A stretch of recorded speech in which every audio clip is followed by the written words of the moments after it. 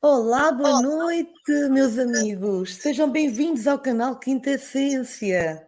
Hoje, pela primeira vez, temos um convidado especial. Ele é o André Marcelino, que nos vai trazer como tema da nossa live a ufologia na Bíblia Sagrada, uma análise nos textos originais. Então, sejam todos muito bem-vindos. Eu peço que vocês partilhem esta live ao maior número de pessoas possível, deixando o vosso like e subscrevendo o canal quem não é subscrito. Tá bom, amigos? Vamos apresentar este amigo querido. Ele vai dar uma breve apresentação dele para quem ainda não conhece, tá bom? Então vão chegando, vão entrando e vão também fazendo o convite aos vossos amigos para estarmos aqui todos reunidos, ouvindo este amigo André, que tem muito assunto bom a nos transmitir. Bem-vindo, amigo André. Seja bem-vindo ao canal Quinta Essência. Obrigado, boa noite a você, boa noite a todos aí, obrigado pelo convite aí. Vamos ter bastante novidade hoje, hein? Na questão do hebraico, do grego, do aramaico aí, tem bastante novidade para o pessoal aí, eu acho que o povo vai gostar aí. Maravilha, André. Então eu já vou pô-lo à vontade para se apresentar, quem ainda não o conhece, e sinta-se à vontade por onde achar que deve começar, transmitindo aí esse conhecimento aí maravilhoso para nós todos. Pode dar uma pequena apresentação sua, pode ser? Ok, vamos lá. Eu sou o André, como já falaram aí, né? Eu sou pastor, tenho formação acadêmica teológica, tenho bacharel em teologia, sou juiz de paz eclesiástico. Na área de grego, hebraico e exegese, eu tenho formação de tradutor, tenho doutorado nas duas áreas, tanto no hebraico quanto do grego. Sou professor das duas disciplinas também, e também estou lecionando o Novo Testamento também no seminário aí. Tá? Eu também tenho um doutorado também na área do Novo Testamento grego. Muito bom, André. Então vamos começar por tudo aí, como é que se iniciou essa caminhada aí, essa jornada na sua vida, até aos dias atuais de hoje, e todo o conhecimento que foi adquirindo ao longo da sua vida, não é? Foi uma coisa interessante, porque quando eu comecei a estudar teologia, já há alguns anos atrás, eu me deparei com uma matéria que chama-se hermenêutica. A hermenêutica é a ciência da interpretação bíblica. E nessa daí eu tive o privilégio de conhecer o pastor Eduardo Vigil, que já deu uma palestra aqui sobre a ufologia, e ele apresentou o tema ufologia dentro das escrituras sagradas, que para mim foi alguma coisa assim um pouco assustadora, né? Disco voador dentro da Bíblia, como pode isso? Então, como o tema era a ciência da interpretação, que é a hermenêutica, então ele começou a me instruir dentro do seminário, dentro da aula dele, a questão da ufologia. Então eu me simpatizei muito com o tema. Claro que no começo eu fiquei um pouco assustado. Deus precisa de disco voador dentro das escrituras? Não tem como esse tipo de coisa. E ele foi começando a me levar para textos, começou a me mostrar devagarinho, e eu comecei a entender. Depois eu comecei, então, a gostar de hebraico e de grego. O hebraico para o Antigo Testamento e o grego para o Novo Testamento. Então, como no bacharel de teologia, aqui no Brasil, você estuda mais ou menos aí umas 3 ou 4 disciplinas na área de hebraico para o Antigo Testamento, e do grego é a mesma coisa.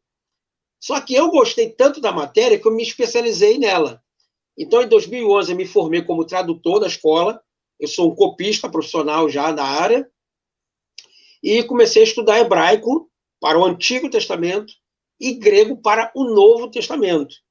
Sendo que, quando eu comecei a fazer uma análise dentro dos textos que ele tinha me apresentado na aula de hermenêutica, eu fiquei assustado com as palavras que estavam no hebraico que batiam certinho com a tradução do que ele estava falando. Não tinha como errar. Incrível. O problema ali é que nós não conhecemos a linguagem que ele usou na época para os dias de hoje. Como, por exemplo, se você procurar disco voador na Bíblia, você não vai achar essa palavra. Essa palavra disco voador é uma palavra portuguesa do Brasil. Eu não sei se aí em Portugal se diz disco voador também. Em alguns lugares... Disco voador, OVNI, um objeto voador não identificado. Prato voador, prato volante, né? Sim, sim. Isso, então.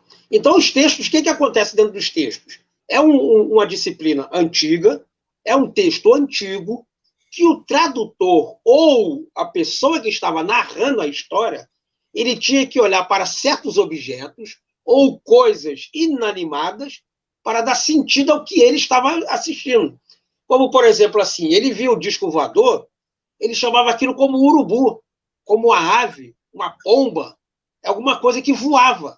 Então ele dizia que ele via a pomba, porque ele não tinha aquela noção de disco voador.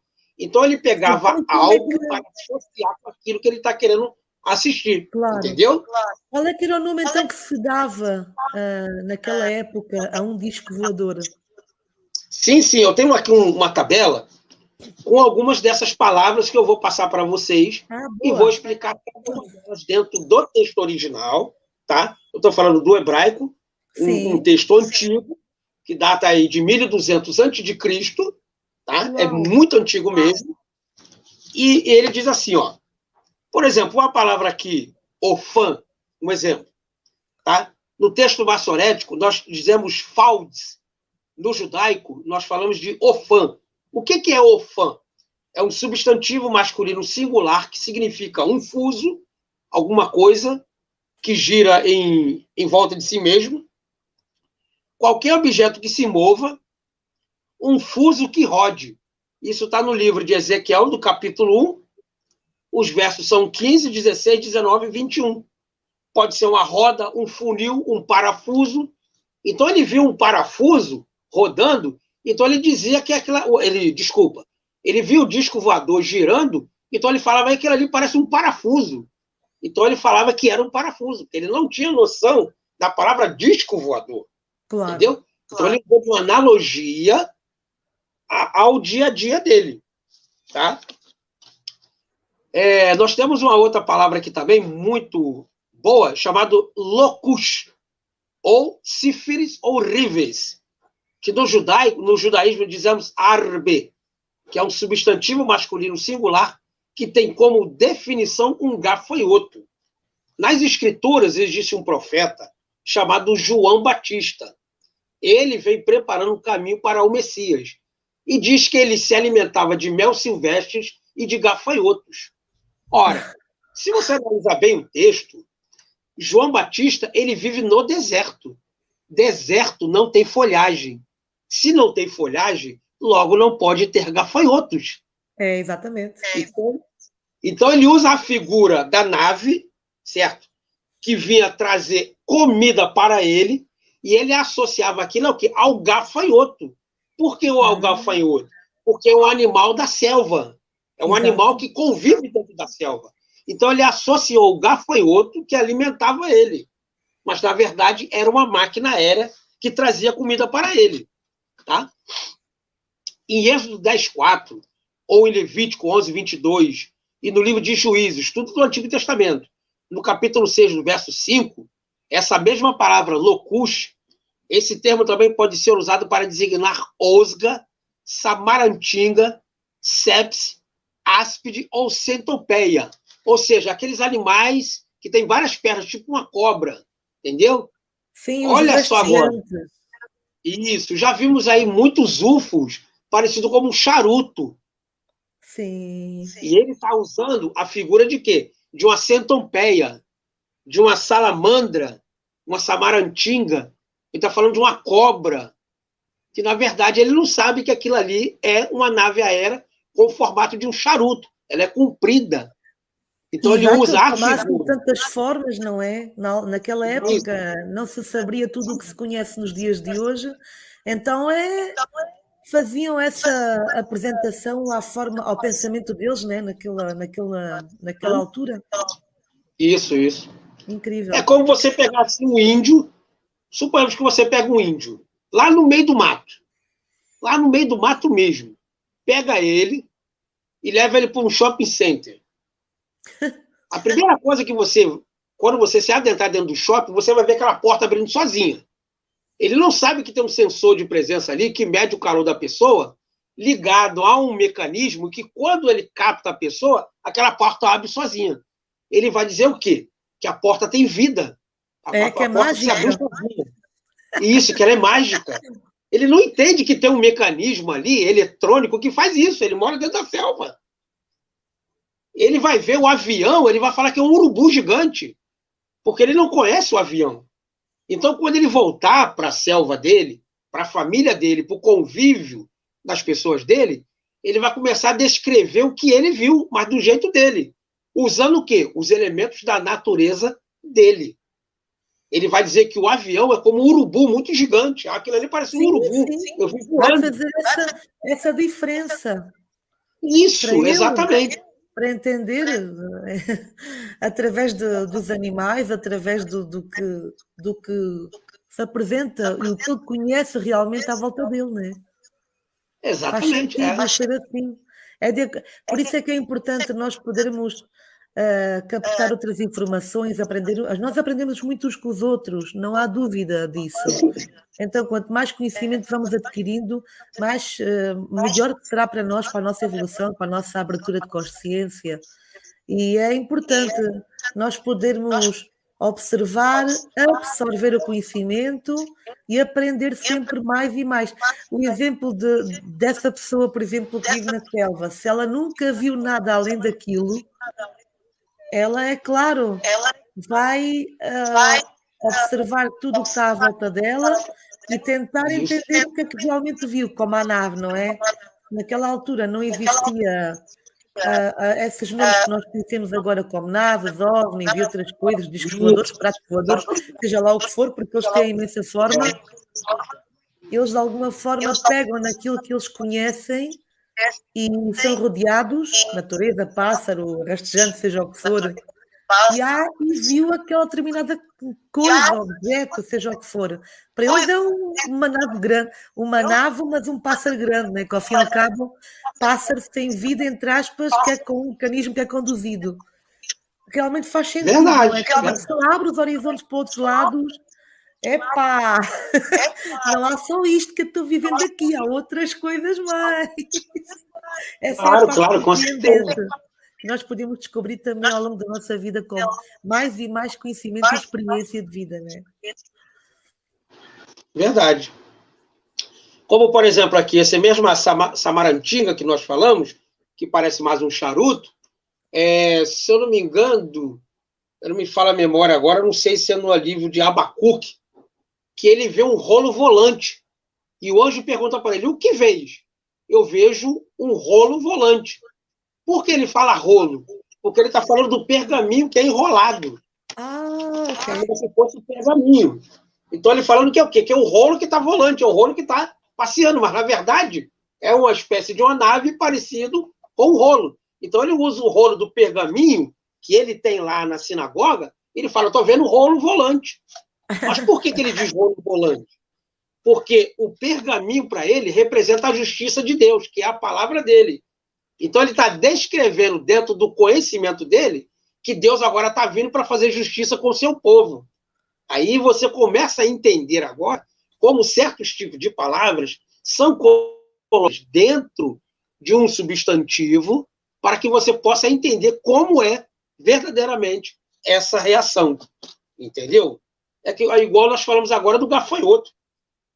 O camarada que vive no deserto comendo gafanhoto não tem no deserto. Mel, não existe isso. Então ele associou alguma coisa ao gafanhoto, que na verdade era uma nave que vinha com o anjo e servia comida para ele. Então ele entendia aquilo como um gafanhoto, porque o gafanhoto vinha de lá. Entendeu? Exatamente, era a forma que ele via. E assim descrevia conforme ele conhecia, né? Sim, claro.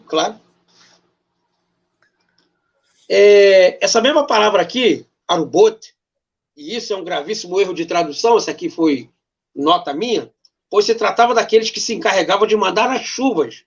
No Novo Testamento foi interpretado como gafanhoto, e o que também não deixa de ser um outro erro de interpretação, pois no deserto não existe folhagem.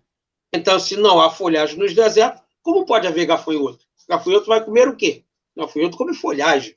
Exatamente. Não tem lógica. Não tem lógica para nós que não conhecemos o texto. Porque nós não estávamos na época dele para entender o que ele está querendo dizer. Aí é que está o X da questão. Entendeu? Quer ver uma coisa interessante? Né? Acho que eu posso usar isso aqui como exemplo. Por exemplo, a palavra bicha. Né? Aqui no Brasil, a palavra bicha, muitas das vezes é associado a homossexuais. Sim. Ou pessoas de sexo diferente. Já em Portugal aí, é fila. Exatamente. Né? Uma fila. Aí já pensou você, no caso eu, aqui, eu que sou descendente de portugueses, tá? Deixar claro que eu já tinha até falado com a Cláudia que os parentes do meu pai são tudo de Lisboa, né? E suponhamos, então, que eu esteja dentro de um banco, esteja muitas filas. Eu aqui no Brasil, aí alguém me liga e fala assim, ô André, onde é que você está? Fala, eu estou no banco. Ah, mas você está demorando muito. Porque está cheio de bicho aqui dentro do banco. Quer dizer, o pessoal vai me bater. Mas, na verdade, eu estou falando o quê? Que tem muitas filas. Tem muitas pessoas com filas. Só que na minha linguagem, dentro do meu Brasil aqui, bicha dá um sentido de homossexual. Exatamente. Então, o camarada que está do meu lado vai se ofender com isso. Por quê? Porque ele não entende a linguagem de que eu estou querendo transmitir. Então, nas escrituras acontece a mesma coisa. Entendeu? Se você não conhecer realmente, verdadeiramente, como ela é colocada, aí você começa a se perder. Entendeu? Perfeitamente. Nós temos um outro aqui também muito interessante.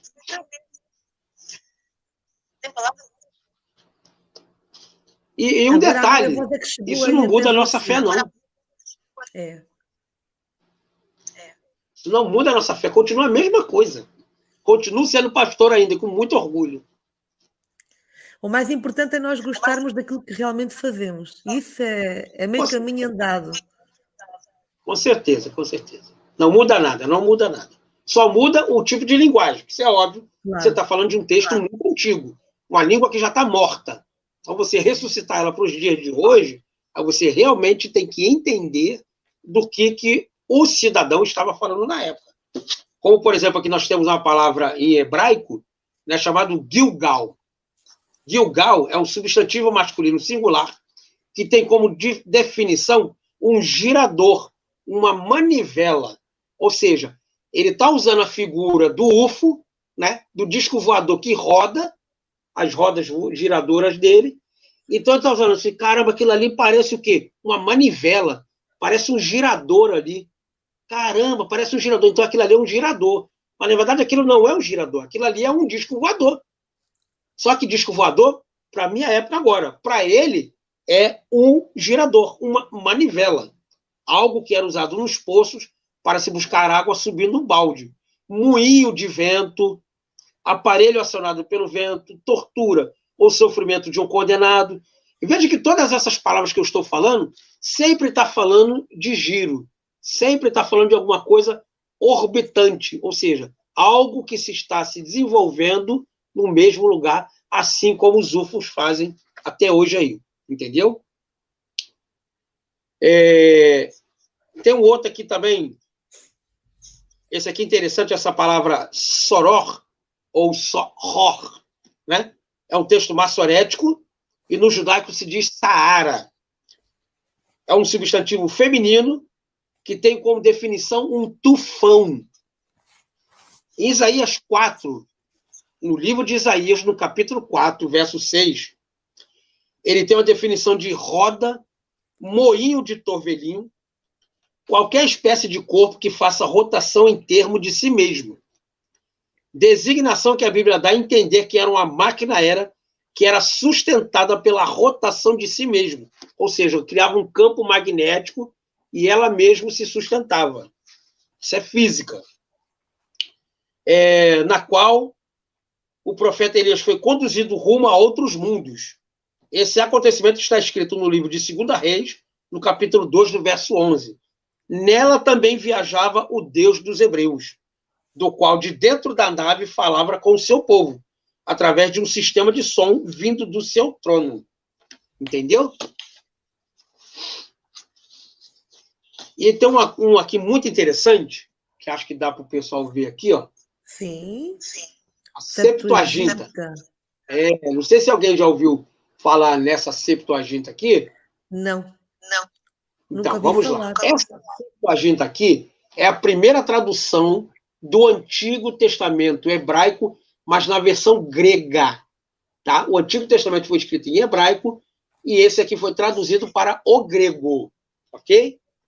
Olha que coisa interessante que diz no primeiro capítulo do versículo de número 1.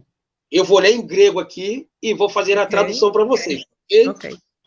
O texto diz assim, ó. Em arque repoese, roteos turano, kaitege, redege raoratos, kai atacans que austos, kai os costos, e pano te abuso, kai pneuma, teu e prefereto, e pano tu datos. A tradução diz assim, no princípio fez Deus o céu e a terra, mas a terra era escura e trevas de escuridão e negra cobriam sobre o abismo. E o espírito de um Deus era levado rapidamente de um lado para o outro, velozmente sobre as águas. A palavra aqui, pefereto, ele é o imperfeito do verbo fero. A palavra fero quer dizer ser levado de um lado para o outro muito rápido. Ele está fazendo uma descrição, tá, de uma máquina aérea que ela se deslocava de um lado para o outro muito velozmente, que ela carregava um Deus que criou todas essas coisas aí. Tá? Isso aqui está no livro de Gênesis, no capítulo 1, na Septuaginta, que é o termo grego. Ou seja, o hebraico diz de uma máquina aérea, quando foi feita a tradução para o grego, eles também mantiveram as mesmas informações desse termo aqui também. E tem um texto também muito interessante, que é no capítulo 3 de Gênesis, na Bíblia hebraica, que diz que Deus se apresentava ao homem à tardinha. Ele visitava o homem lá no Jardim do Éden. E quando o homem comeu do fruto, tomou dele, comeu, e viu que ele estava em pecado e deu para a mulher também, aconteceu alguma coisa interessante. Quando Deus agora vem na sua nave, eles ouvem o barulho, o ruído de Deus, e eles correm e se escondem. Depois ele ouve a voz de Deus dizendo, Adão, Adão, onde tu estás? Ou seja, Deus vem de uma nave, espera o homem ali, o homem não aparece, e dentro de um microfone ou algo locutor, ele chama o homem através do alto-falante dizendo, Adão, Adão, aonde você estás? Olha que coisa interessante. O próprio texto trazendo essa noção para você. Muitas das vezes nós lemos as escrituras e não percebemos esses detalhes que têm aparecido aqui no texto. Entendeu? E esses detalhes que fazem diferença. É exatamente isso. É verdade, para quem os entende, porque há muita coisa que é lida nesses livros que são já bem antigos, de grande antiguidade, e que, de alguma forma, pode não se entender o que está ali transmitindo para a pessoa. Então a pessoa, de alguma forma, tem que conhecer os textos, tem que saber o que é que aquilo quer dizer para entender minimamente o que está ali. Que há muita coisa antiga que nós desconhecemos, a nível do palavreado que o André está aqui a transmitir, certas palavras. Se nós não tivermos um contexto de frases que possamos encaixar as palavras que nós conhecemos na atualidade, torna-se difícil a leitura. Então, o pessoal deve entender o que está ali a querer transmitir para nós conhecermos. Por exemplo, nós temos um texto muito interessante no livro de Mateus, no livro de Lucas, o Evangelho de São Lucas, sobre a estrela de Belém. Já ouviram falar da estrela de Belém? Já ouvi falar, sim. Muito bem. Ali é uma máquina aérea, você sabia disso? Uau! Mas por que eu digo que é uma máquina aérea? Vamos partir para a física, tá? A estrela mais próxima da Terra, ela está 4 anos-luz da Terra. Para você ter uma ideia, você pega a velocidade da luz, que ela é medida por hora, você faz isso por hora, depois você multiplica por 24 horas, que você dá um dia, depois você multiplica por uma semana, por um mês, por 12 meses que você vai sentir a distância que está da Terra viajando na velocidade da luz. Depois você multiplica por 4 anos que você vai ter uma dimensão da distância da estrela mais próxima da Terra. Tá? O primeiro detalhe é esse aí. O segundo detalhe é que ele diz que a estrela estava adiante dos magos. Ele não disse que ele estava lá em cima, estava adiante deles, estava na frente deles, conduzindo os magos e assentando-se aonde o menino estava. Podemos dizer claramente que aquilo ali é uma sonda. Mas por que ele diz estrela? Porque, na verdade, ela veio dos céus, brilhando, parou diante deles e conduziu os magos até onde a criança estava, que no caso era o Messias. Ele fala que é estrela, porque nós falamos que ele está usando de analogia algo que era brilhoso, que veio dos céus e veio até a terra aqui, diante dele, para conduzi-lo. Então ele entende que aquilo ali é uma estrela. E nós hoje sabemos que estrela não pode entrar dentro do nosso sistema. Se uma estrela entrar dentro do nosso sistema, acabou o nosso planeta Terra todinho. Isso é lógico. Explodiu, foi E ela embora. diz que ela estava diante É frente verdade. dele. Que é um detalhe ainda mais interessante. Entendeu? Então, mesmo até seja essa estrela que nós conhecemos como estrela, mesmo até essas cúpulas que existem nas catedrais das igrejas, tudo o que é cúpula, que hoje em dia se apresenta muito nos grandes monumentos, em certas casas inclusive, que também há quem tenha essas cúpulas em casa, em casas particulares. Então nós podemos considerar que essas cúpulas também possam ser naves? Sim, sim, porque a palavra naus, em grego, ela quer dizer templo, altar. E, na verdade, é aquela abóboda. Aquela abóboda que você está falando, né? Aquela parte de cima Sim, dela. aquelas cúpulas grandes, arcadas, não é? Isso aí você prova no texto bíblico, que Deus diz que ele se assenta num trono e debaixo dos céus e acima dos céus há um firmamento, que na verdade é a base da nave, onde é que tem aquela cúpula ao qual o Deus de Israel está assentado sobre ela. O texto bíblico diz isso aí. Eu tenho uma Bíblia aqui que ela diz que ele está sentado sobre a abóboda da terra, sobre uma cúpula da terra. Ou seja, está dentro de uma nave que tem uma cúpula, uma abóboda, e ele conduz ali dentro o que ele quer fazer ou administrar a terra como ele tem feito. Tem um livro, se eu não me falhe a memória, não sei se é ainda também o livro de Obadias, agora não estou lembrado do nome, Abacuque.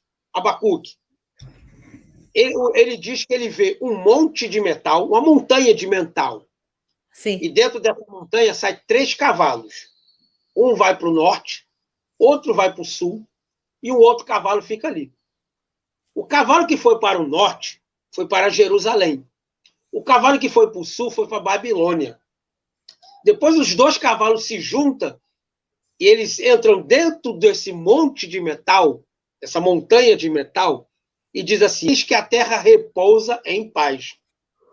No português mais claro, ele diz assim, fizemos o relatório da terra, a terra está tranquila, agora vamos lá passar o relatório para Deus e dizer que está tudo ok. Ou seja, ele vê uma nave-mãe sendo aberta, sai 2 sondas ali e vai percorrer a terra. Ele usa o cavalo como meio de transporte daquela época.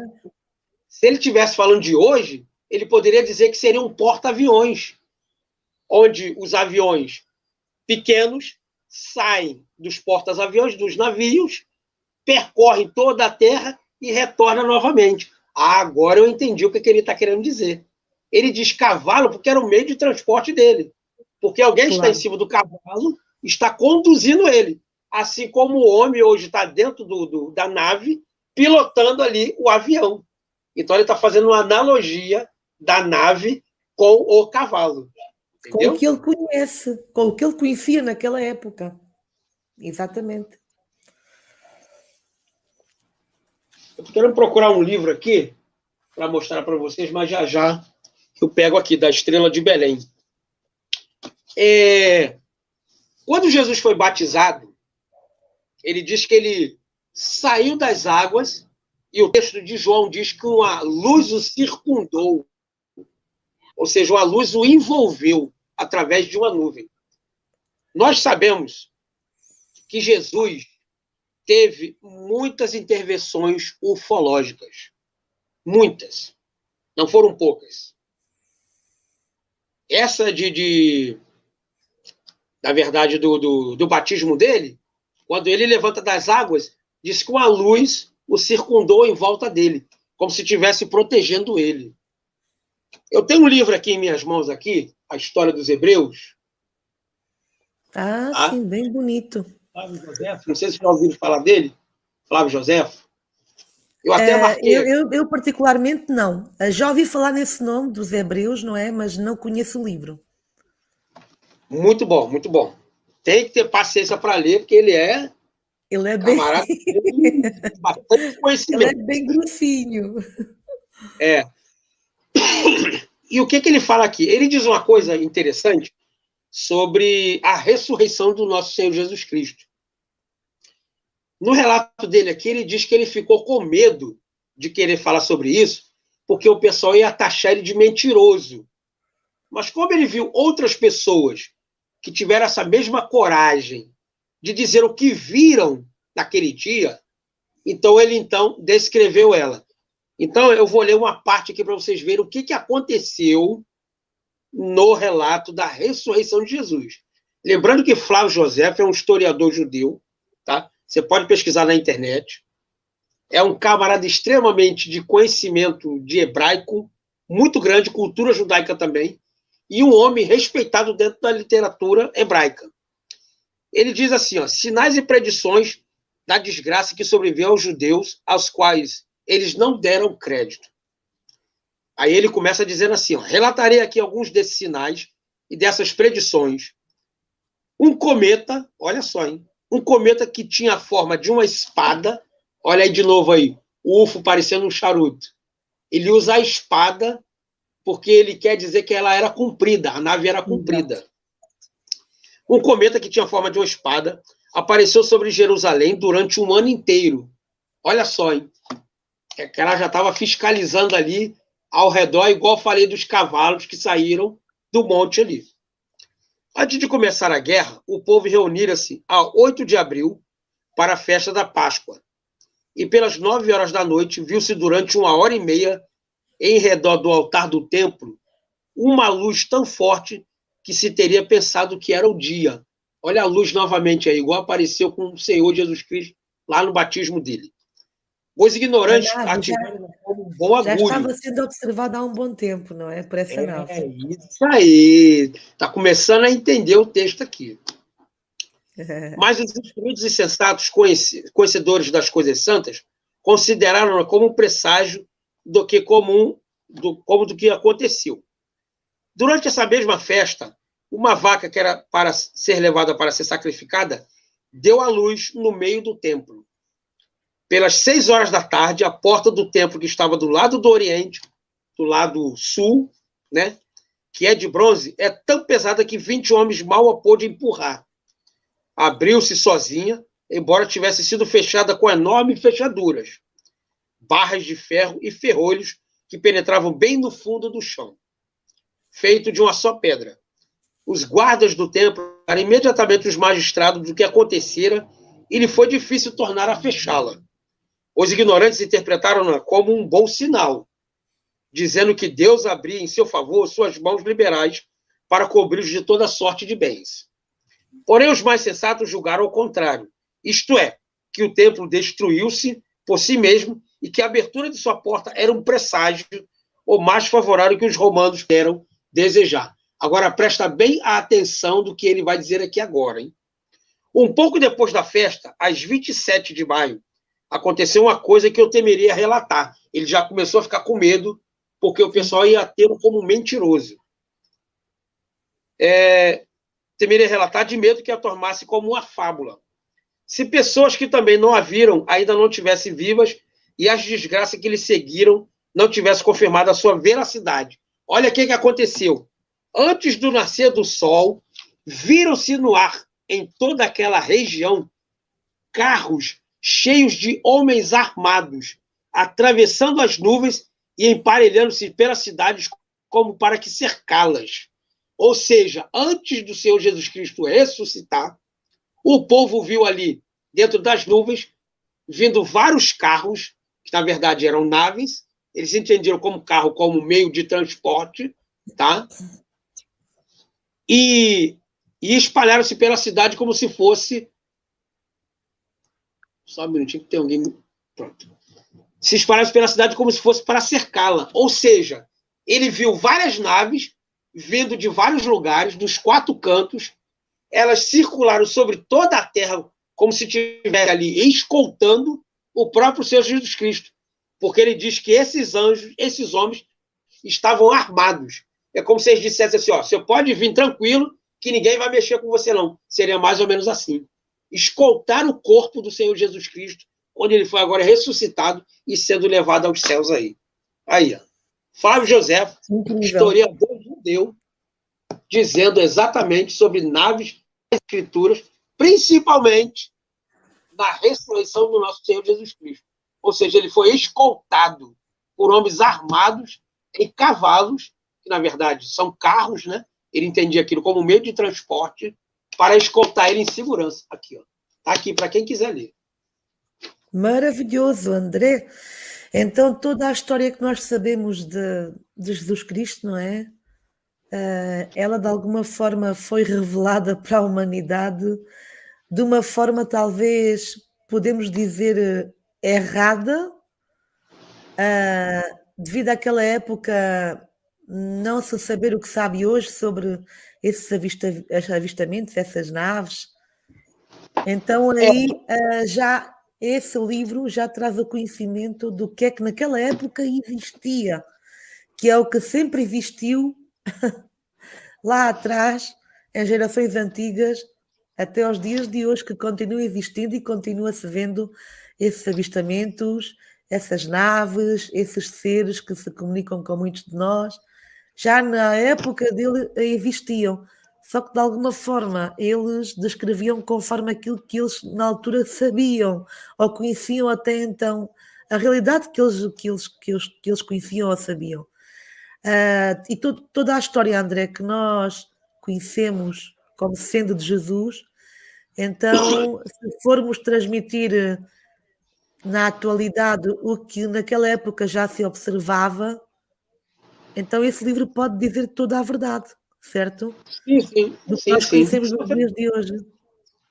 O problema que nós temos é o seguinte, é a má informação, a má tradução e a má transmissão.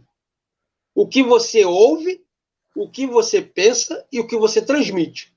São 3 regras para que um bom tradutor possa fazer um livro. Como, por exemplo, você vê no livro de Gênesis, diz assim, ó, e Deus plantou um jardim no Éden. Já leu esse texto lá? Na criação do mundo? E Deus plantou um jardim no Éden e colocou o homem para cultivar. Já leu esse texto lá? Sim. Muito bem. Você reparou no que eu acabei de falar agora? Que Deus plantou um jardim? Se ele plantou, ele trouxe semente de algum lugar. Concorda? Com certeza que sim. Se ele trouxe semente, então, de algum lugar, de algum lugar, essa semente saiu de um fruto. Claro. Certo? Se ela saiu de um fruto, nesse mesmo lugar tem que ter uma árvore. Vamos começar a regredir na natureza. É verdade. Se existe essa árvore... Temos que ir lá atrás à raiz para entender o que é que ali aconteceu, o que é que ali houve ou aconteceu, né? Se existe essa árvore, ela tem que obedecer o quê? Os 4 elementos da natureza. A terra, o fogo, o ar e a água. E as 4 estações do ano, porque ela é uma árvore. Então, o texto está dando a entender que existem outros lugares habitáveis, abre aspas aí, conforme a terra.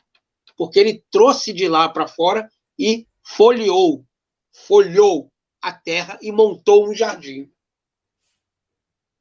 No texto de Colossenses, uma carta do apóstolo São Paulo aos Colossenses, capítulo 1, verso 19, diz que Jesus Cristo morreu por nós aqui na terra e por aqueles que estão no céu também. Ele está dizendo que ele morreu por outros habitantes que estavam nos céus. Nós não somos somente os privilegiados, não. Existem outros seres também que necessitam do derramamento do sangue de Jesus na cruz para que eles possam também ser salvos. Só pegar o livro de apóstolo São Paulo lá e ver. E aí, e aí essa frase que acabou de dizer o André, quando refere que Jesus derramou sangue por todos nós e tal, e os que estão lá em cima já, então de alguma forma isso quer dizer exatamente o quê no seu entendimento? Tá, vamos lá. A Bíblia diz que sem derramamento de sangue não há remissão de pecados. Ou seja, uma vida por outra vida. Então, há necessidade de Cristo realmente ter morrido pelo ser humano, ressuscitado agora, elevado aos céus e entregue ao Pai o sangue dele que foi derramado por cada vida aqui da terra. Então, realmente, para se ter a vida eterna com o Senhor Jesus Cristo, é imprescindível tê-lo como Senhor de sua vida, Salvador da sua vida e, acima de tudo, que o sangue dele, crendo que o sangue dele que foi derramado lá na cruz, foi posto sobre nossas vidas. Como é que eu explico isso melhor? No texto de Deuteronômio, se eu não me engano, ou é Êxodo, que diz que quando os homens saíram do Egito, cativo do Egito, eles começaram a reclamar no deserto. Olha, lá no Egito nós tínhamos comida. Olha, no Egito a gente tinha água. A gente está no meio do deserto, a gente não tem nada aqui. Então eles começaram a praguejar. E o texto diz que Deus mandou serpentes para que picasse os homens e os matassem. Sendo que Deus, sendo tão misericordioso, pediu que Moisés pegasse, então, todas as joias e fizesse uma serpente de bronze e colocasse lá no alto do monte. Porque aqueles que fossem mortos pela cobra ou picado pela cobra, vamos dizer assim melhor, olhasse para a serpente de bronze, seria então curado de todo o mal. Por isso que Jesus falou, assim como a serpente foi levantada no deserto, assim também é que o homem também seja levantado sobre a terra. Então você tem que entregar a sua vida para Jesus para que você possa ser salvo. Eu não estou falando de religião. Eu não trabalho com religião. Se é catolicismo, se é umbanda, claro, se é o islamismo, eu não trabalho com religião, eu trabalho com fé. Se você acredita que verdadeiramente Jesus Cristo morreu na cruz pelos seus pecados, você entregou a sua vida para ele como salvador da sua vida, você pode ter certeza que daqui para frente você está tranquila. Isso aí eu falo com autoridade. Muito bem. Bom, eu estava procurando o livro ali, acabei achando ele aqui, ó. Maravilha. Então este é o OVNI de Belém. Isso, o OVNI de Belém, de JJ Benítez. Esse camarada aqui, ele é um estudioso do jornalismo, né, que ele fez várias pesquisas e ele realmente aponta que essa estrela aqui estava adiante dos magos, ou seja, estava de frente para eles. Ele falou que é a estrela porque ela brilhava, entendeu? Que na verdade não é a estrela, porque se uma estrela dessa entra no nosso sistema, com certeza acabaria com o nosso sistema assim muito rápido. Entendeu? É verdade, sim. Elas têm uma energia muito forte, muito poderosa, estão a uma certa distância da Terra, assim como nós percebemos no céu estrelado à noite, que há quantidade enorme carrada delas que podemos observar, e há quem diga que cada pontinho que nós vemos luminoso no céu, que não são na realidade estrelas, que elas realmente não existem, mas sim planetas. Agora fica à consideração de cada um acreditar em se é ou não. Não é? Mas nós devemos pesquisar sobre isso. O que é que realmente é cada pontinho luminoso no céu? Será que é realmente uma estrela? Será que as estrelas realmente existem? Ou foi tudo mais uma ilusão que nos deram para acreditarmos de outra forma e não na verdadeira situação das coisas, não é? Fica aqui a dica para pesquisarmos e pensarmos realmente cada pontinho luminoso o que é que realmente é. É porque, na verdade, é uma ignorância nós pensarmos que somente existimos nós aqui na Terra. Deus Claro. fez esse universo assim, não sei que tamanho imenso é isso aí, que dentro de um planetinha só vive a gente. Não existe isso. Não Eu podia acabei ser, de né? falar, agora que plantou um jardim no Éden. Se ele plantou, ele trouxe semente de algum lugar. Se ele trouxe semente de algum lugar, algum outro lugar, tem que ter sol, tem que ter lua, tem que ter água, tem que ter ar. Senão essa árvore ela não existe, ela não sobrevive.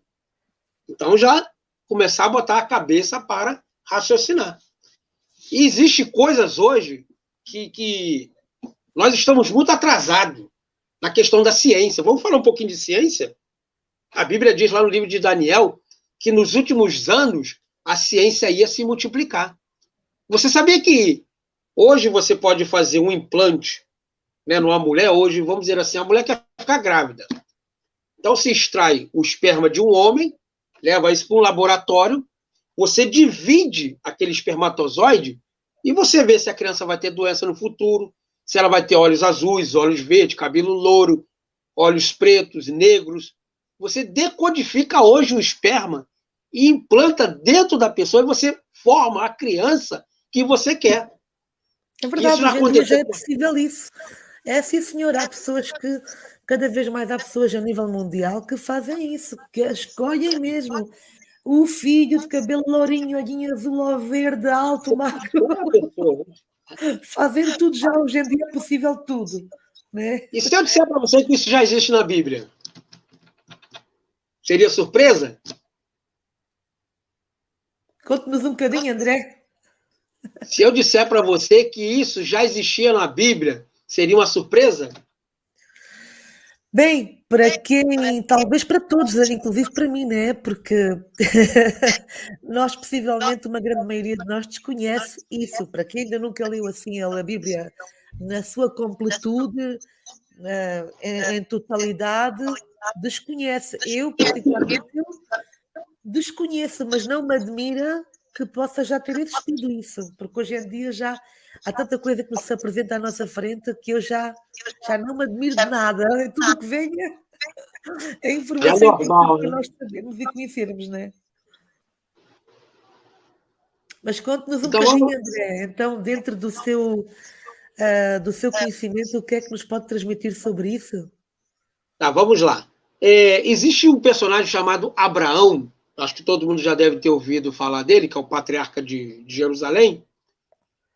Um texto na Bíblia, lá no capítulo de número 18, diz que Abraão estava sentado lá na tenda dele, tranquilo, descansando. Eis que vem 3 mensageiros diante dele. E ele corre e se ajoelha diante de um deles. Eu não estou lendo a Bíblia porque eu já conheço de cabeça, então eu já vou narrar Claro. para a gente ganhar tempo, tá bom? E ele diz que ele se ajoelha diante de um deles. E ele diz assim: se eu achei graça aos teus olhos, que não passe da minha tenda sem que repouse sobre ela, que eu limpe a poeira de vossos pés e repouse aqui um bocado. E um deles diz assim: que seja feita a tua vontade. Então ele corre para dentro da tenda, pega o seu servo, manda matar um cordeiro, manda sua esposa preparar e assá-lo e traz diante de um deles ali. Quando ele traz diante de um deles ali, o que ele faz? Um deles assim, ele come, certo? E ele fala assim: eis que Sara vai ter um filho. Aí eles começam a ficar como, entendeu? Ah, poxa, minha mulher já é velha, e eu também sou muito velho. Acho que não vai ter, não. E ela é estéril também. Aí o que ele faz? A Sara começa a rir dele. E um anjo diz assim: daqui à primavera, havendo vida, Sara vai ter um filho. Olha o que o texto diz ali. Quando ele fala assim: naquele tempo, na primavera, havendo vida, Sara vai ter um filho. Por que ele diz primavera? Por que ele diz havendo vida? Ele está dizendo o quê?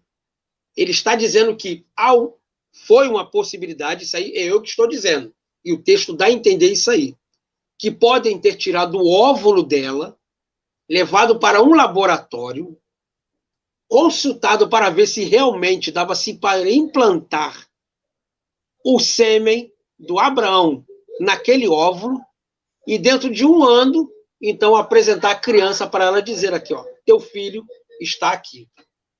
Então, nós estamos falando o quê? De bebê de proveta, que na época já antiga, já se fazia hoje. A ciência descobriu isso agora. Os anjos falam assim, havendo vida, Sara vai ter um filho. Havendo vida, na primavera. A primavera é o tempo da colheita, é o tempo da fecundação. Então, Isaac, filho de Abraão, realmente nasceu e ele é o filho prometido de Israel. Nós estamos falando de implante. História. Tudo o que possivelmente haveria já naquela época bem antiga. Faz todo sentido, André, o que eu vou dizer, a ver se consigo explicar o que eu estou a tentar dizer. Então, tudo o que existia naquele tempo antigo, como acabou de dizer, uma das coisas que foi agora recentemente possivelmente desvendada, né, desses bebés provetas, que vieram depois, muitos anos mais tarde, a serem descobertos que as pessoas podiam fazer dessa forma. Então, se realmente isso se descobriu e já era uma das coisas que naquela época existia, então tudo que está ainda por descobrir que naquela antiguidade já existia e que está ainda por descobrir nos dias de hoje. Se nós tentarmos analisar esses textos antigos e entendermos o que estamos ali a ler, a absorver esse conhecimento, e se de alguma forma entendermos o que está ali a tentar transmitir para nós, então vai-se revelar à nossa frente muita e muita informação que nós até então, nos dias de hoje, desconhecíamos por completo. E essas revelações podem-se fazer a nós com o tempo de estudo, de dedicação, desses livros antigos, pessoal, desses livrinhos antigos, que existem nessas bibliotecas muito antigas, e que têm grande sabedoria, grande conhecimento ali. Então, eles, de alguma forma, transmitem-nos tudo o que naquela época já existia e que, por algum motivo, foi ocultado da humanidade, por algum motivo que talvez ainda desconhecemos, para nós aqui não sabermos a verdade das coisas, da absoluta verdade desses acontecimentos que já existiam naquela época. Eu, particularmente, André, acredito assim, se eles já viam naves, se já existia esse bebê proveta, se essa estrela de Belém era uma super nave-mãe que já observava as pessoas do alto para a vida que levavam pacata, humilde, né? Tentando evoluir até aos dias de hoje, até havendo essa evolução, até ao momento atual em que nós nos encontramos. Se isso tudo já existia, essas naves que se apresentavam e que os observavam, então, cada vez mais está à frente dos nossos olhos essas evidências todas. Se essa época já isso tudo havia, então o que é que poderá haver além dessas naves? Pode haver situações que fogem ao nosso entendimento e que, se nós formos analisar e pensarmos o que é que pode haver além das naves, tecnologias muito mais superiores e avançadas que as naves, já pensaram só? Quer ver outra coisa interessante? A gente está falando de ciência. Quando você vai fazer uma cirurgia, o que o médico faz com você? Te dá uma anestesia, não é verdade? Para poder operar você. Já precisa, se ele está te cortando alguma coisa, você está vivo ali, você começa a se mexer. Ah, meu Deus. Tem que para sentir dor, para a pessoa ficar no estado adormecido e fazer o procedimento com segurança e que a pessoa de alguma forma também não sofra, né, com aquilo. O corpo físico então é muito sensitivo, é muito sensível. Qualquer feridazinha corta o sangue, ai Jesus! Então de alguma forma a anestesia é dada precisamente para a pessoa ficar naquele estado adormecido e não se lembrar praticamente do que houve ali ou do que foi feito ou realizado ali naquela situação, seja do que for, não é? Mas o porquê da anestesia é uma boa pergunta, não é? Eu digo, talvez para a pessoa não sentir dor, ficar num estado tranquilo, de corporalmente relaxado, para eles procederem ali o que deve ser feito para a pessoa voltar ao seu estado de saúde perfeita e equilíbrio. Agora, é uma pergunta que eu faço ao André, dentro do seu entendimento e estudo, o porquê da anestesia. Deve ter outro significado. Com certeza.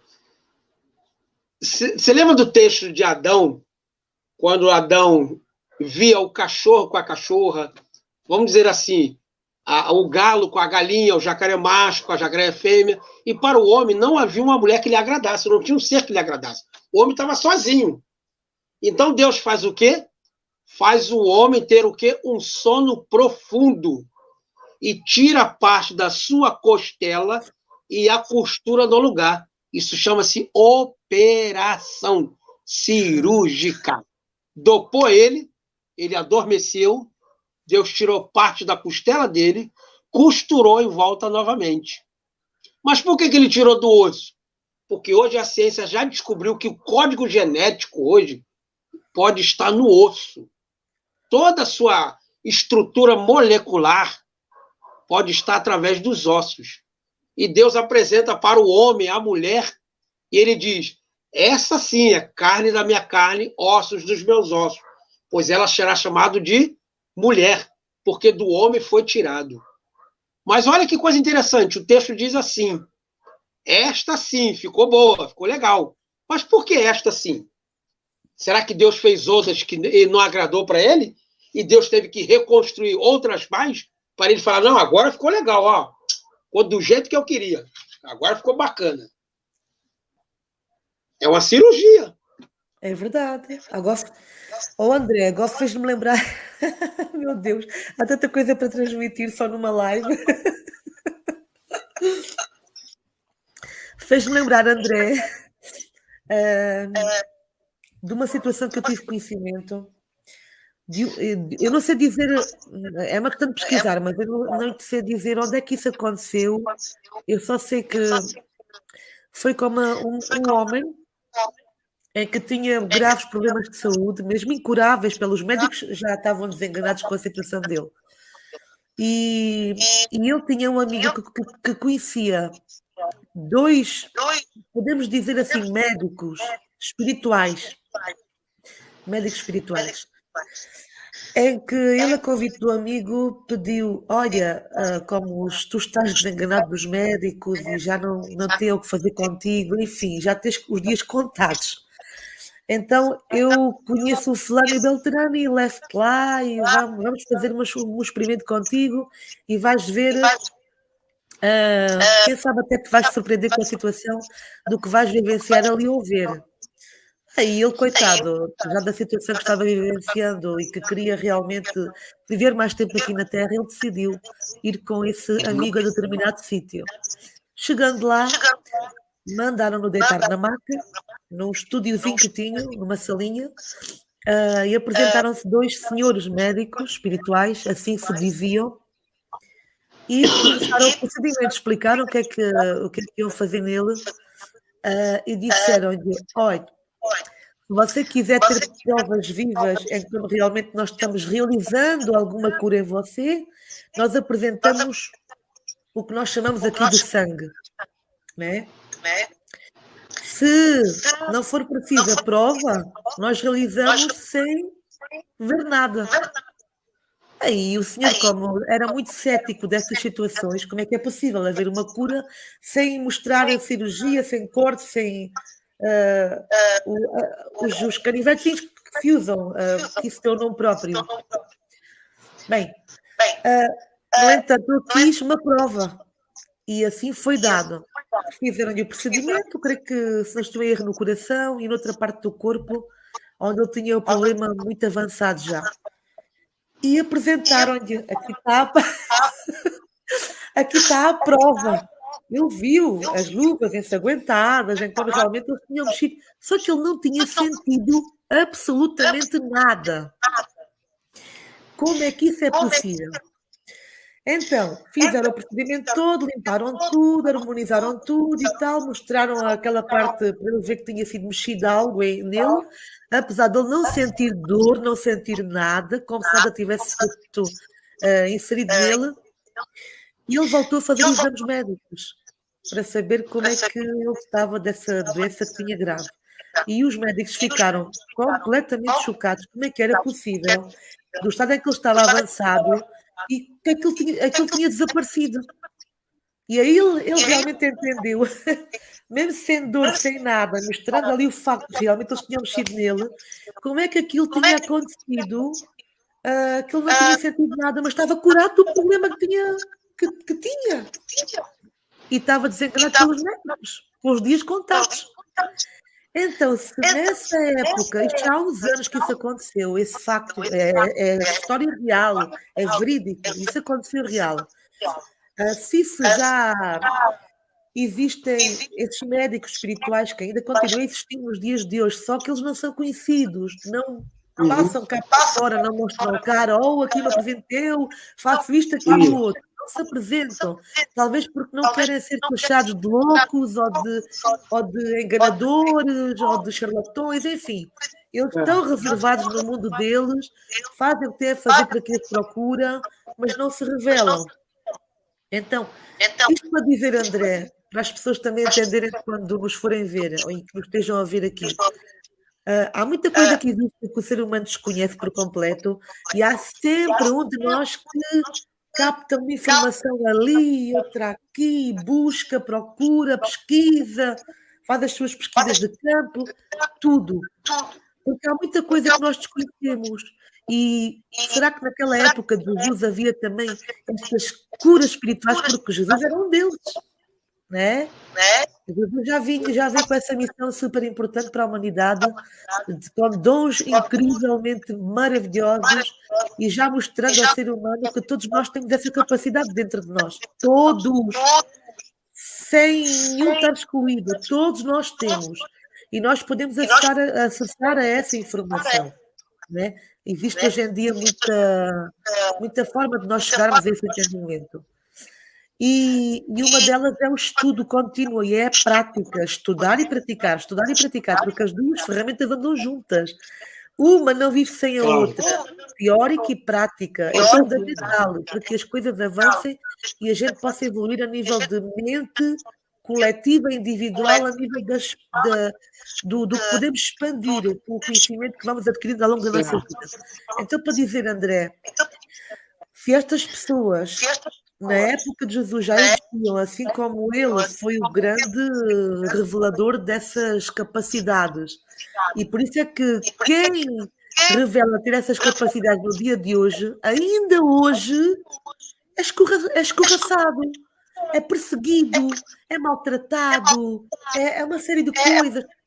Na época dele já foi assim, que eram situações mais bárbaras que aconteciam naquela altura.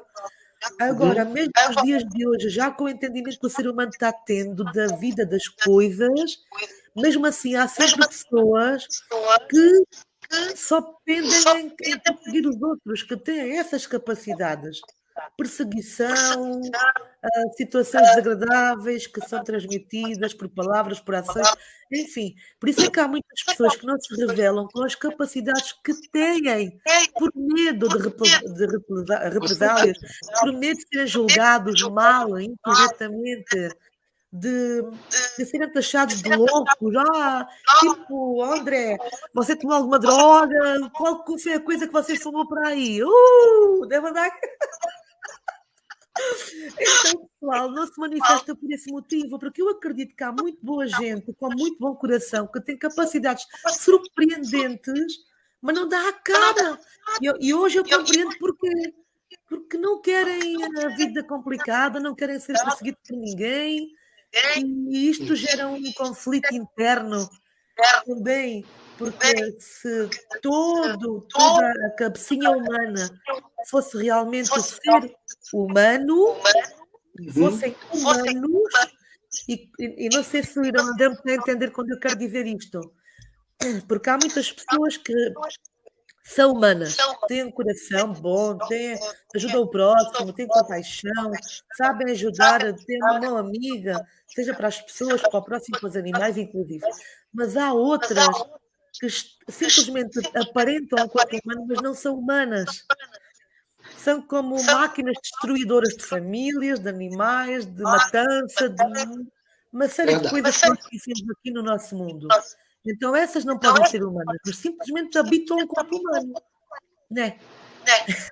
Eu não sei qual é a visão que você tem disso, mas na realidade é isso, André. Se essas capacidades e as naves já se apresentavam nessa época, então tudo o que está ainda por vir e que nós não conhecemos e que já até podia existir nessa época antiga e que nós ainda não conseguimos desvendar nos dias de hoje aqui nossos, então imaginem, naquela época já existiam as naves, as estrelas brilhantes, que eram as naves mães, as mais pequeninas, as sondas, tudo mais, que agora já entendemos e existe na nossa atualidade. Então, além disso, podia existir muito mais coisas surpreendentes que ainda na atualidade que nós estamos ainda não foram desvendadas. E o que é que está ainda por vir? O que é que está ainda por desvendar, André? Acredito que muita coisa nos irá surpreender com o tempo e elas também se apresentam de acordo com o nosso entendimento também tem muito a ver com isso. Né? Porque, de alguma forma, os nossos irmãos galácticos talvez ainda não apresentaram para nós muita atualidade do que podíamos até já observar e enxergar, talvez pelo entendimento humano que ainda não é muito evoluído, que estamos aos pouquinhos a ir evoluindo, né? De grau a degrau. Isto é o meu pensamento, eu não sei o seu, o que é que pode dizer sobre isso? É uma coisa muito interessante que você falou aí, que muitas das pessoas, muitas das vezes, querem receber o milagre e querem compreender como isso acontece. Elas não se simpatizam somente com o que ela tem. Ela quer saber o porquê. Como, por exemplo, Jesus uma vez curou um jovem que era cego desde criança. E ele cuspiu no chão, fez aquele lodozinho, passou nos olhos daquela pessoa e falou assim, vai lá no tanque de Siloé e se lava de lá. Ele foi lá no tanque de Siloé, jogou as águas, se lavou. Quando ele abriu os olhos, ele já estava enxergando, ele era cego. O que acontece? Quando ele se apresentou aos pais dele, os pais dele ficaram maravilhados. Mas os vizinhos, outras pessoas, não entendiam. Como é que esse garoto era cego e agora está enxergando? E perguntou a ele, quem te fez agora enxergar? E ele respondia, eu não sei. Eu sei que eu era cego e agora estou enxergando. Então levaram até o sumo sacerdote, que não obtiveram resposta e foram perguntar ao sumo sacerdote. E o sumo sacerdote pergunta para ele, quem te fez enxergar? E ele continuava batendo na mesma tecla. Eu não sei quem me fez enxergar. Eu sei que eu era cego e agora eu estou enxergando. Então, muitas das pessoas, como você falou aí, você fez um comentário muito bom, que muitas das pessoas querem receber a bênção, mas quer saber como. Vem cá, como é que eu vou receber isso aí? Eu tenho que dar alguma coisa em troca? Vou ter que ter algum interesse? O que eu tenho que fazer para poder fazer isso? Olha, isso aí está muito fácil para mim. Ou muitas das vezes se torna algo difícil, Deus quer lhe dar uma lição, mas você não está compreendendo isso. Como, por exemplo, tem no livro de Reis, que um homem apareceu leproso e mandou ir até o profeta. Só que o profeta recusou de receber ele. Aí mandou o servo dele lá falar com esse tal fulano que estava leproso. E ele diz assim, o profeta perguntou o que você quer. Ele falou assim, que eu estou querendo ficar curado. Que ele diz que ele é um homem de Deus, então que ele faça um milagre na minha vida. Beleza. O servo voltou para ele e ele falou assim, olha, o homem lá está dizendo que ele quer ficar curado, que ele está leproso. Beleza, manda ele mergulhar 7 vezes lá no Rio Jordão. Depois ele vai mergulhar 6 vezes. Na 7ª ele vai ficar limpinho. E o servo então trouxe o recado para ele, meu profeta mandou você se mergulhar no Rio Jordão. 6 vezes. Na 7ª, quando você mergulhar, você vai ficar curado. Só que quando a gente fala de Rio Jordão, a gente está falando da parte mais baixa do rio. É onde a água se concentra e fica com mau cheiro. Era lá que ele tinha que se banhar. Então ele já olha assim e fala, não, mas eu pensei que o profeta ia vir aqui, botar a mão na minha cabeça, dar uma sapateada, fazer acontecer, ficar curado. Ele mandou eu ir lá me banhar no Rio Jordão, o rio mais sujo que tem, mandou banhar 6 vezes, e na sétima eu tinha que ficar curado ainda. Quer dizer, ele começa a criticar algo que ele nem sabe o que está trazendo de lição para ele. Mas mesmo assim, ele rebate, mas ele vai. Mergulha a primeira vez, segunda, terceira, quarta, quinta, sexta, na sétima ele fica curado. Então Deus tem essa, não vou dizer mania, que fica muito feio, mas Deus tem esse jeito de tratar o ser humano.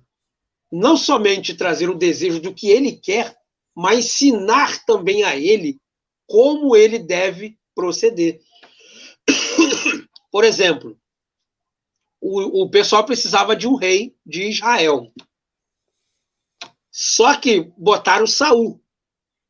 Só que Saul fez muita besteira. Olha, não deu muito certo, não. E precisava, então, substituir ele. Mas substituir a quem? Vamos colocar quem? Não tinha ninguém compatível. Aí, de repente, aparecem os filisteus e traz o seu guerreiro, um homem chamado Golias, um homem alto, forte, que desafia Jerusalém e o seu povo. Começa a humilhar o povo, começa a praguejar de Deus, começa a falar mal de Deus. E aqueles homens não atacam, não recuam e também não avançam. Ficam todos eles parados. E Davi, como era o garoto mais novo, ele levava ali, vamos dizer assim, a marmitinha para os irmãos comerem, porque os irmãos não podiam sair do forte ali, senão os filisteus iam para dentro da cidade. Então eles tinham que ficar de escolta ali. Olha como é que Deus trabalha. Então Davi, num desses momentos, viu o tal do Golias, praguejando a Deus, falando e acontecendo. Ele diz para os irmãos, ué, quer dizer que o inimigo vem aqui, faz isso tudo, vocês não fazem nada? Eu falei, não, mas ninguém tem coragem e tal. Aí Davi ficou sabendo que o rei daria uma recompensa. Livraria o homem de pagar imposto, certo? E ainda dava a filha dele como esposa. Então Davi olhou assim e falou, é comigo mesmo, é agora que eu vou. E ele vai lá, se candidata, e a história que todo mundo conhece aí, ele mata o gigante Golias. Certo? Muito bem. Só que Saul, ele começa agora a ser atormentado por um espírito demoníaco. E Davi tocava uma flauta que fazia com que esse demônio saísse de Saul. E o que Saul fez? Trouxe, então, Davi para dentro dos seus aposentos, para que toda vez que o rei Saul fosse, então, atormentado por esse espírito, Davi tocava o seu instrumento e acalmava o rei. Nesse meio tempo, o que aconteceu? Davi começou a andar com o rei. Como o rei fala, Davi estava olhando. Como é que o rei se porta diante de um trono? É assim que ele faz. Como é que o rei fala com o povo? É assim. Quando Davi pegou uma maioridade, ele se candidatou para ser o rei de Israel. E o que aconteceu? Ele ganhou, passando assim, então, a ser o rei de Jerusalém. Mas o que aconteceu nisso tudo? Deus estava preparando ele lá atrás. Ele já sabia como o rei se portava, como falava, como ele sentava num trono. Deus já estava preparando ele para um futuro lá na frente que ele mesmo não estava enxergando. Então Deus tem essa mania de tratar o ser humano. Muitas das vezes acontece coisa em nossas vidas e nós não sabemos o porquê. Quando? O que vai acontecer? Para que serve? Mas você não para raciocinar e fala assim, não, peraí, isso aqui para mim é uma lição. Como é que Davi ia ser rei na época dele, se ele não sabia como o rei se portava, como o rei falava com o súdito, como é que o rei sentava num trono? Não é qualquer um que senta assim, cruza as pernas e está tudo certo. Não, o rei tem que sentar no trono, tem que falar palavras bonitas, tem que se levantar, tem que ter aquele trejeito. Então, Davi, então, começa a trabalhar lá dentro, começa a observar os trejeitos do rei. Deus está começando a preparar ele para que, quando ele fosse rei de Jerusalém, ele já estava pronto para saber como ia ser conduzido. Entendeu? É assim que Deus trabalha. E, novamente, falo de novo que isso vai ficar gravado. Isso independe de religião. Religião foi você que inventou isso aí. Mas o Deus é um só. Seja católico, seja budista, seja espírita, seja o que for. Deus é um só. A forma que você se chega diante dele, você adora ele, aí já é um problema seu com ele. O milagre que ele faz na minha vida como o pastor, ele faz um milagre também na sua vida, que você seja católico, espírita, ubandista, não importa. Deus não leva em conta o tempo da nossa ignorância e Deus também não faz acepção de pessoas. Se você está passando um problema, pare, pense, relaxe e começa a conhecer o que está acontecendo. Porque uma coisa eu digo para você, uma árvore, quando dá bom fruto, todo mundo vai ter uma pedra para derrubar aquele fruto dela. E quando a árvore não dá fruto nenhum, ninguém para derrubar o fruto dela. Então, se você está passando algum procedimento ou algo que está perturbando a sua vida, pode ter certeza de que Deus está preparando você e que você está dando bom fruto. Porque, senão, ninguém tacava pedra para derrubar os seus frutos. Se você não tiver os próprios frutos para poder mostrar ao mundo do que você é capaz de fazer. E como falamos de muitos textos aqui de ufologia, da mesma forma que Deus fazia na época, ele faz também hoje. É o mesmo Deus de ontem, é o de hoje, e continuar para sempre, e amanhã, e eternamente. É isso que eu tenho para falar para você. Não falo como professor, mas falo como um pastor e como autoridade de Deus. E disso pode ter certeza que ele me deu essa autoridade para isso. Maravilhoso, André, eu adorei. O nosso primeiro encontro, a nossa primeira live. Eu estou maravilhada com as suas palavras. Realmente é mesmo assim que funciona. O Deus é só um. Nós é que damos muitos nomes, não é? Mas só um existe. Assim como Jesus dá tanto nome para ele, mas também só existe ele, um filho do Criador, nosso irmão, não é? Um irmão mais velho, com mais conhecimento, mais sabedoria, mais iluminado, que ele de alguma forma está por aqui também, nessas super naves mães que nos observam, que nos acompanham sempre, cada passo que damos rumo à nossa evolução da consciência. Nós estamos aqui a fazer todos o quê? Evolução, evoluir. Por isso é bom estes conteúdos maravilhosos que cada convidado traz aqui, assim como o André, de podermos estar aqui juntos e aprender um pouquinho mais para a nossa abertura, se ir ampliando cada vez mais da nossa mente, dessa caixinha surpresa que todos nós somos e com capacidades surpreendentes.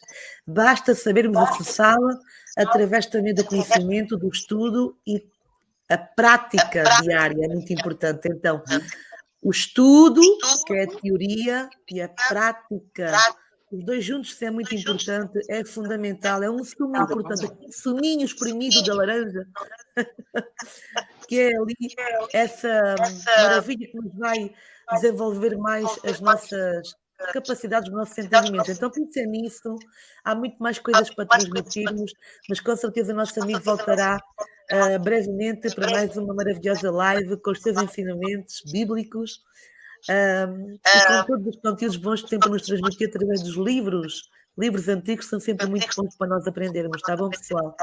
Então, eu agradeço a vossa presença. Desejo uma ótima noite a todos. Partilhem a live aos amigos. Subscrevam o canal que não é subscrito. E deixem o vosso like, é importante. O vosso joinha, como vocês transmitem aí no Brasil, que vai dar relevância à nossa live. O YouTube vai considerar que esta live é importante e vai espalhar para outras pessoas conhecerem o que se transmite e transmitiu aqui com este amigo André Marcelino. E agradeço, amigo, de coração mesmo assim, de coração para você, por ter aceito o meu convite, por ter estado aqui comigo nesta noite maravilhosa e com todos nós que esteve aqui até ao fim, que estiveram aqui até ao fim connosco, deixando o vosso comentário, nos vendo ao vivo, então eu peço também que possam partilhar os vossos amigos desta live, para que mais pessoas possam conhecer, e agradecer ao nosso amigo por estar aqui connosco esta noite e transmitir tudo o que você transmitiu, que é sempre muito bom ouvi-lo, tá bom, André? Gratidão de coração para coração a todos, ao nosso amigo André Marcelino, uma ótima noite maravilhosa e um próximo encontro, se Deus quiser, que tudo seja bom para nós, das formas inimagináveis. Deixem fluir a vossa energia, venham coisas boas para a nossa vida, sem pensar em nada, deixem fluir. Tá bom, pessoal? É assim que Deus atua na nossa vida. Beijinho, pessoal. Até à próxima. Fiquem bem. Uma ótima noite a todos. Beijinho, André. Tchau, Juliana.